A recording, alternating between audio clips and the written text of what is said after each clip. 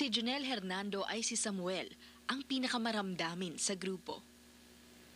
Si Samuel may pagka-sensitive siya ng sensitive si Samuel. Tapos, ano siya, um, parang nature boy, ganun. Tapos, ah, mabait siya.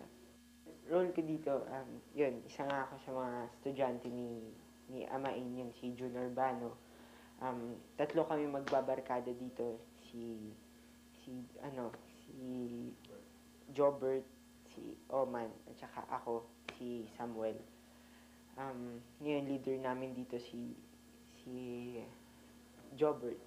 Yun. Tapos, powers ko dito, nakakausap ko mga animals, mga plants, basta living things, ganun. Tapos, pag pumatak yung luha ko, may tutubo na flower.